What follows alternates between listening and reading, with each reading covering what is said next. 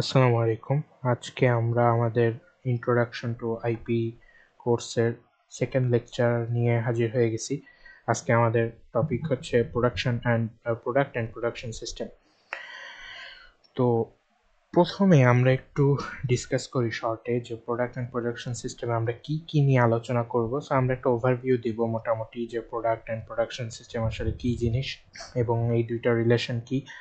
তারপরে ইম্পর্টেন্স, এটাতে আইপিতে এটার ইম্পর্টেন্স কি এটা নিয়ে একটু হালকা পাতলা আমরা কথাবার্তা বলবো। তারপর প্রোডাক্ট স্ট্র্যাটেজি কিভাবে আমাদের প্রোডাকশন ডিসিশনের উপর ইনফ্লুয়েন্স করে এগুলো আমাদের জানা প্রয়োজন। তারপরে role in determining cost, quality and delivery performance, এটাও আমাদের ইম্পর্টেন্ট যে আমরা একটা প্রোডাক্ট কীভাবে কস্টকে ডিটারমাইন করে। তারপরে প্রোডাক্টের কোয়ালিটি ভালো হইলে কি উপকার, খারাপ হইলে কি ক্ষতি আমাদের জন্য। এবং লাস্টে হচ্ছে মডার্ন ফোকাস, আমাদের প্রোডাক্টের বিভিন্ন কি বলে ধর্মের উপর বা প্রোডাক্টের স্ট্যাটাসের উপর আমরা হচ্ছে কিছু মডার্ন ফোকাস আনতে পারি। সো আমরা যদি একটু শুরু করি ইন্ট্রোডাকশন দিয়ে, যে প্রোডাকশন সিস্টেম জিনিসটা আসলে কি। Production system converts inputs into finished goods আর সার্ভিসেস। অর্থাৎ প্রোডাকশন সিস্টেম আমার যেইটা, এইটা কি, এইটাতে হচ্ছে আমরা র মেটেরিয়াল দিই।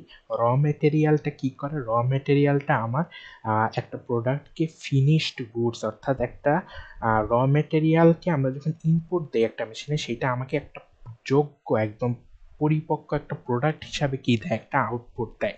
বা এটা একটা সার্ভিসও হইতে পারে, যেখানে আমি হচ্ছে আমার এফোর্ট দেই, এন্ট্রি দেই, সেখানে হচ্ছে আমার কি জিনিসটা হচ্ছে আমি কাস্টমারকে হচ্ছে স্যাটিসফাই করতে পারি।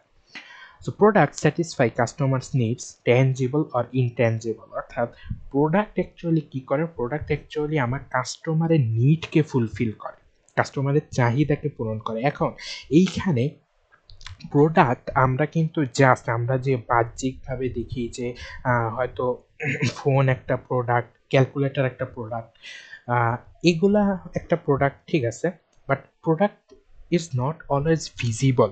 সো এই জন্য এই যে প্রোডাক্ট যে আমার কাস্টমারকে স্যাটিসফাই করতেছে, এটাকে আমরা দুই ভাগে ভাগ করতে পারি। একটা হচ্ছে ট্যাঞ্জিবল প্রোডাক্ট। ট্যাঞ্জিবল মানে কি, যেগুলো ধরা যায়, ছোঁয়া যায়, সেগুলো হচ্ছে ট্যাঞ্জিবল প্রোডাক্ট। যেমন এই যে যেগুলো উদাহরণ আমি দিলাম, কলম, পেন্সিল, মাউস, ল্যাপটপ, এগুলো হচ্ছে ট্যাঞ্জিবল। ইনট্যাঞ্জিবল প্রোডাক্ট কি, ইনট্যাঞ্জিবল প্রোডাক্ট হচ্ছে সার্ভিস, যেগুলো দেখা যায় না বাট এগুলোও কাস্টমারকে স্যাটিসফাই করে। যেমন আমার বিহেভিয়ার হতে পারে, আমি কাস্টমারকে সার্ভ করে দিলাম কোনো কিছু, সেইটা হইতে পারে। তারপরে কাস্টমারের সাথে কনভারসেশন করলাম প্রোডাক্টের বিষয়ে, সেটা হইতে পারে। সো ট্যাঞ্জিবল মানে যেগুলো হচ্ছে অ্যাবস্ট্রাক্ট না, আর হচ্ছে ইনট্যাঞ্জিবল মানে হচ্ছে যেগুলো হচ্ছে আমার অ্যাবস্ট্রাক্ট, সোজা ইংলিশে যদি আমি বলতে চাই। আর প্রোডাকশন বা প্রোডাক্টের ক্ষেত্রে অবশ্যই আমার একটা মেশিন যখন আমি কাজ করি, সিস্টেমের ভিউতে যদি আমি চিন্তা করি, সিস্টেম একটা ইনপুট নেয়। ইনপুটের ক্ষেত্রে আমরা এখানে বেসিক্যালি যে র মেটেরিয়ালকে সে কনভার্ট করে, কনভার্সন হয়, এবং সেখানে কি হয়, আউটপুট হয়, একটা প্রপার প্রোডাক্ট হয়। এবং সেইটা অনুযায়ী কাস্টমাররা একটা ফিডব্যাক দেয়, সেটা অনুযায়ী আমরা কি মডিফাই করতে পারি জিনিসগুলো। তো এগুলা হচ্ছে বেসিক্যালি একটা প্রোডাকশন সিস্টেমের হচ্ছে প্রোডাকশন সিস্টেম হচ্ছে সিস্টেমের ভিউ, মানে মেশিনটা যে আমার কাজ করে সেটা কোন অ্যাঙ্গেলে কাজ করে। এটা হচ্ছে আমি র মেটেরিয়াল ইনপুট দেই, কনভার্সন হয়, কনভার্সনের পরে সেটা কি আউটপুট দেয় একটা ফিনিশড প্রোডাক্ট হিসাবে, এবং তারপরে আমি কি দেই, আমাদের কাস্টমাররা এটার উপর ফিডব্যাক দেয়। So competitive advantage depends on efficient production. অবশ্যই যেহেতু আমার প্রোডাকশন সিস্টেম পুরোটাই আমার প্রোডাক্টের উপর ডিপেন্ডেন্ট, আমার যদি ইফিশিয়েন্ট প্রোডাকশন হয়, আমার এটা কি হয়, অবশ্যই একটা কম্পিটিটিভ মার্কেটে এটা কি একটা কোম্পানিকে বা কাস্টমারদেরকে অ্যাডভান্টেজ দিবে। এবং প্রোডাক্ট ডিজাইন আর প্রোডাকশন ক্যাপাবিলিটি, এই দুইটার মধ্যে কিন্তু ক্লোজ লিঙ্ক থাকে। কেন? কারণ আমার প্রোডাক্ট যদি বেশি কমপ্লেক্স হয়, তখন কিন্তু কি প্রোডাকশনের ক্যাপাবিলিটিটা আমার কমে যায়। কারণ কি তখন আমার দেখা যায় যে পার্টসগুলা সেগুলো অনেক রেয়ার পার্টস হয়, আমার অনেক কমপ্লেক্স জিনিসপাতি, অনেক কমপ্লেক্স শেপের হয়, মেশিনের আমার অনেক কাজ করা লাগে। সো এই জন্য প্রোডাকশন ক্যাপাবিলিটি কিন্তু আমার কমে যায়। বাট প্রোডাক্টের ডিজাইন যদি ইজিয়ার হয়, যেমন ধরা যাক যে আমরা 3D প্রিন্টিং করে যেগুলো বানাই সেগুলো কিন্তু যেমন সলিড ওয়ার্কস যদি আমি একটা খুবই সহজ জিনিস ডিজাইন করি, তাহলে সেটা কি প্রোডাকশন ক্যাপাবিলিটি আমার বাড়বে। কেন? কারণ ওটা আমার জাস্ট 3D প্রিন্টার দিয়ে প্রিন্ট করলেই হয়ে যাচ্ছে। আচ্ছা, এখন এই যে প্রোডাকশন সিস্টেম আমি কথা বলতেছি, প্রোডাক্ট অ্যান্ড প্রোডাকশন সিস্টেম, এখানে দুইটা জিনিস। তার মধ্যে আমি যদি প্রথমে বলি প্রোডাক্ট জিনিসটা কি। প্রোডাক্ট হচ্ছে anything offer to satisfy A want or need, অর্থাৎ কাস্টমারের প্রয়োজনকে স্যাটিসফাই করা যায় সেটাই প্রোডাক্ট। সো এইটা যে আমরা আগের স্লাইডে কথা বলে আসছি যে এটা হচ্ছে গুডস হইতে পারে, এটা সার্ভিসেস হইতে পারে, এটা হাইব্রিড অফারিংস হতে পারে, অর্থাৎ গুডস আর সার্ভিসের একটা মিক্সড আপও হইতে পারে। এবং প্রোডাক্টের ক্ষেত্রে একটা গুণ কি, প্রোডাক্টের একটা লাইফ সাইকেল থাকবে। লাইফ সাইকেল কি মানে, এইটা যতদিন ইউজেবল ইউজেবল যতদিন বা কাস্টমারের নিডকে স্যাটিসফাই করতে পারতেছে যতদিন, সেইটাকে আমরা বলতে পারি কি প্রোডাক্টের লাইফ সাইকেল। এবং এইখানে আমার কি হইতে পারে, একটা প্রোডাক্ট যখন আমার ধরা যাক, আমি একটা এক্সাম্পল দিয়ে যদি বলি, একটা ওয়াশিং মেশিন, এইটা আমি কিনে আনলাম, এটার ওয়ারেন্টি 2 বছর। সো ওয়ারেন্টি 2 বছর আমি এটাকে ইউজ করার পরে দেখা গেল যে এটার এমন একটা সমস্যা দেখা দিছে যেটার কারণে এটার কাজ করতেছে না। সো আমার প্রোডাক্টের লাইফ সাইকেল তাহলে কি হলো, 2 বছর হইলো। এখন এইটার যে প্রবলেমটা হইলো, এটা 2 ক্যাটাগরির হইতে পারে। এমন একটা প্রবলেম যেটা আমি চেঞ্জ করলে বা যেটার মধ্যে একটু ডেভেলপমেন্ট করলে জিনিসটা আবার কাজ করবে, তাহলে কিন্তু তার লাইফ সাইকেল আবার বাড়ানো সম্ভব। কিন্তু দেখা গেল যে এটা এমনই হয়ে গেল যে এটা আর কাজই করবে না, তার মানে প্রোডাক্টটা ডিক্লাইন হয়ে যাবে। তাহলে লাইফ সাইকেলের ক্ষেত্রে আমার যখন জিনিসটার মধ্যে কোনো সমস্যা দেখা দিবে, তখন এখানে আমি 2টা ক্যাটাগরিতে চিন্তা করতে পারি। প্রোডাক্টটা যদি আমার আবার ঠিক করা যায়, মেরামত করা যায়, তখন এটা কি লাইফ সাইকেলটা বাড়বে, যেটা আমার ডেভেলপমেন্টের পর্যায়ে পড়বে। আর ডিক্লাইন হলে তো ডিক্লাইন, অর্থাৎ এটা একদম আমার কি ইউজেবলই থাকবে না।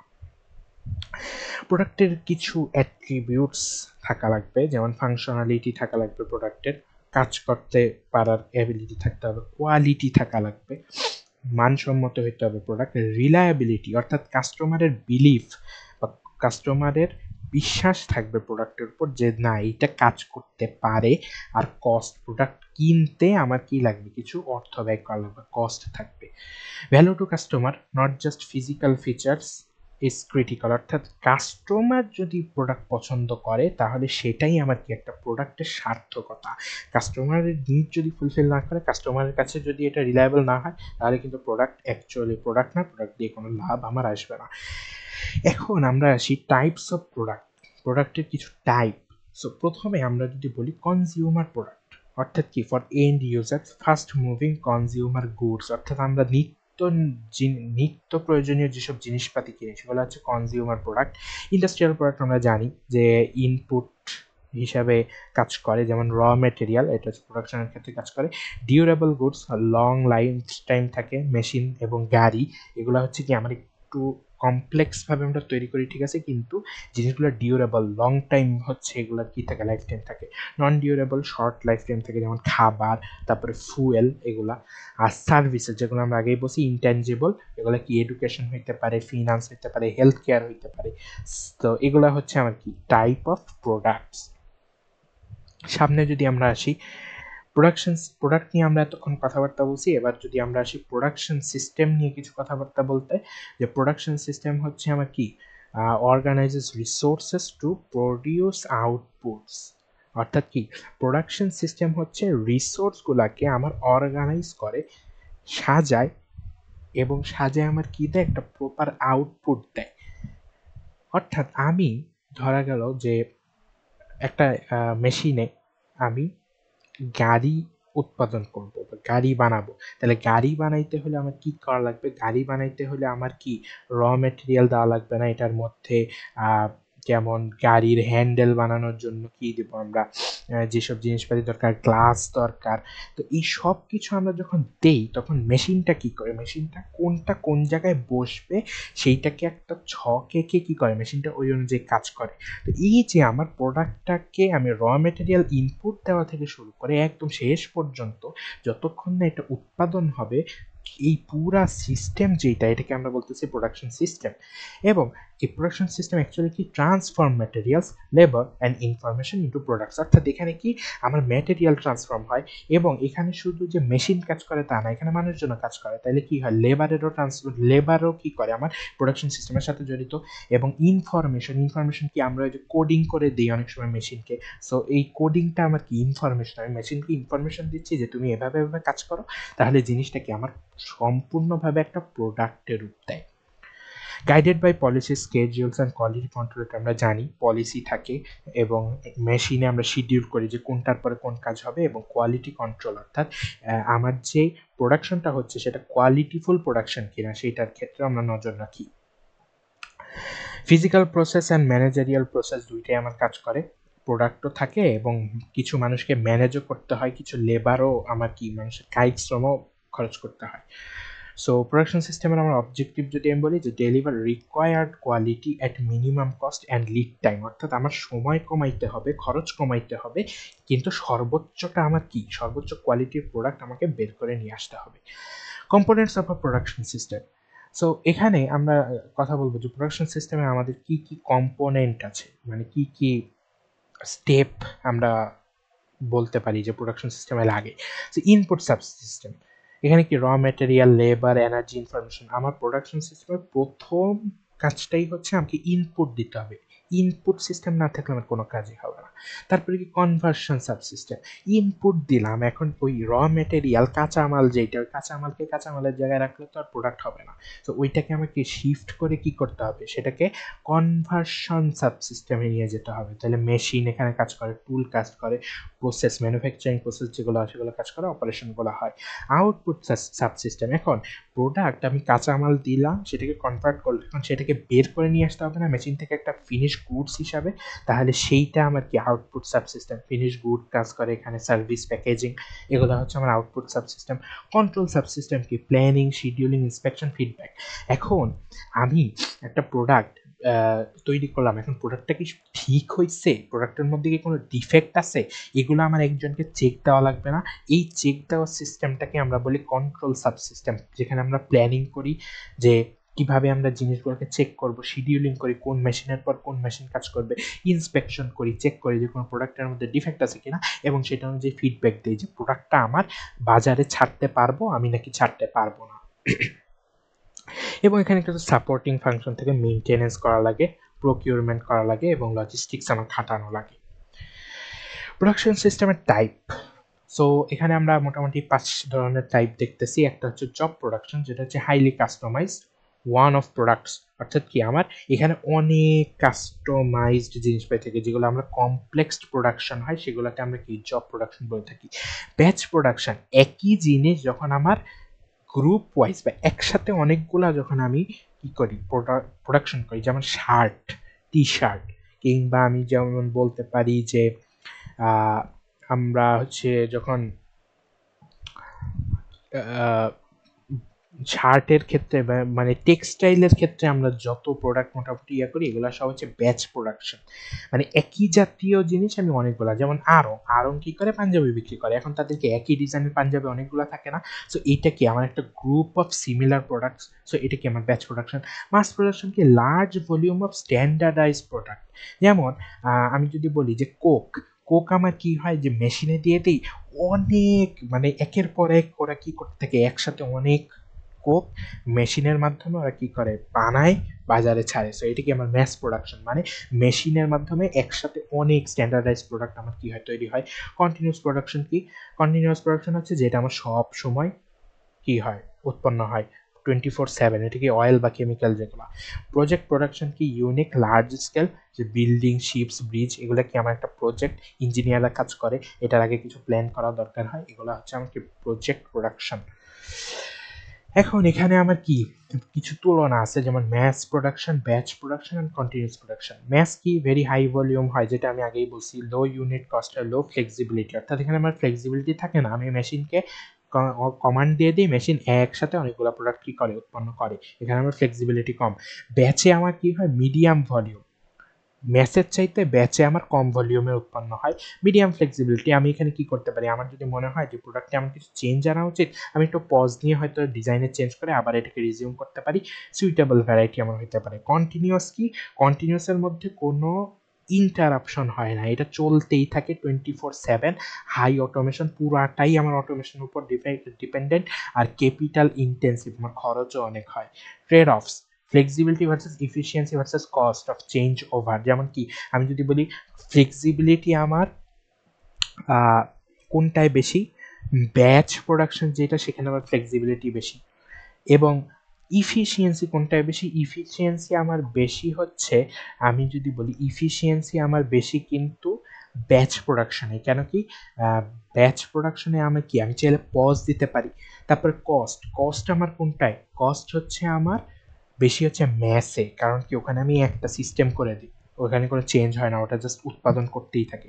সো ট্রেড অফের ক্ষেত্রে আমি এভাবে তুলনা করতে পারি, choice depends on demand patterns, product variety and cost. এক একটা প্রোডাক্টের ভেদে কোন ধরনের প্রোডাকশন হবে এটা আমি চিন্তা করতে পারি। প্রোডাক্ট ডিজাইন অ্যান্ড ডেভেলপমেন্ট, এটা হচ্ছে আইপির একটা বেসিক কোর্স, এটা নর্মালি আমরা 3-1-এ করে থাকি। প্রোডাক্ট ডিজাইন ডেভেলপমেন্ট, এটা নিয়ে আমরা একদম আইপিতে পড়াশোনাই করি পুরো একটা আলাদা কোর্স হিসাবে। সো এখানে আমার কি থাকে, যে আমি প্রথমে একটা প্রোডাক্ট ডিজাইন করার আগে প্রথমে রিসার্চ করি যে মার্কেটে এটার ডিমান্ড কেমন, তারপরে কনসেপ্ট আমি জেনারেট করি, ফিজিবিলিটি দেখি, কস্ট কীরকম লাগে সেটা আমি দেখি, তারপরে ডিজাইন করি।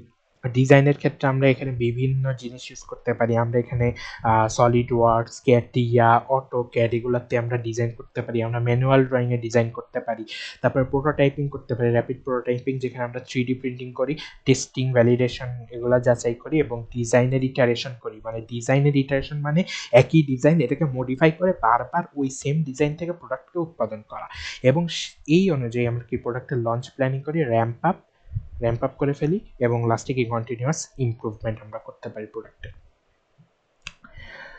সো এরপরে আমরা যদি আসি যে role of technology in production system, technology অবশ্যই আমার ইম্পর্টেন্ট প্রোডাকশন সিস্টেমের ক্ষেত্রে।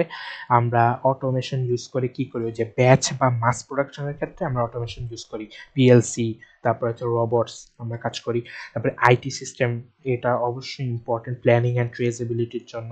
সেন্সর অবশ্যই জরুরি, কারণ দেখা যায় যে একটা প্রোডাক্টের ক্ষেত্রে আমার র মেটেরিয়াল কোনটা আসলে ও কোন কাজটা করবে এটা আমার অবশ্যই সেন্সর না থাকলে হবে না।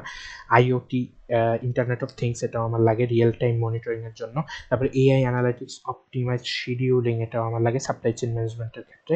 Digital twins and simulation accelerate design and decision making, অবশ্যই আমার কি ডিজিটাল যদি আমার মেশিন থাকে এবং একই রকমের মেশিন যদি আমার থাকে, তাহলে আমার কি হয়, সেটা এক্সেলারেট হয় প্রোডাকশন সিস্টেমটা। এখন সবই আমরা বললাম, প্রোডাকশন সিস্টেমে আমাদের চ্যালেঞ্জ কি, প্রোডাকশন সিস্টেমে আমাদের অনেক ধরনের চ্যালেঞ্জ থাকে, যেমন কি হাই ক্যাপিটাল কস্ট, অবশ্যই খরচ যদি বেশি হয় তাহলে আমার কি হয়, প্রোডাকশন সিস্টেম আমি আমার যতটুকু দরকার আমি সেই অনুপাতে করতে পারবো না।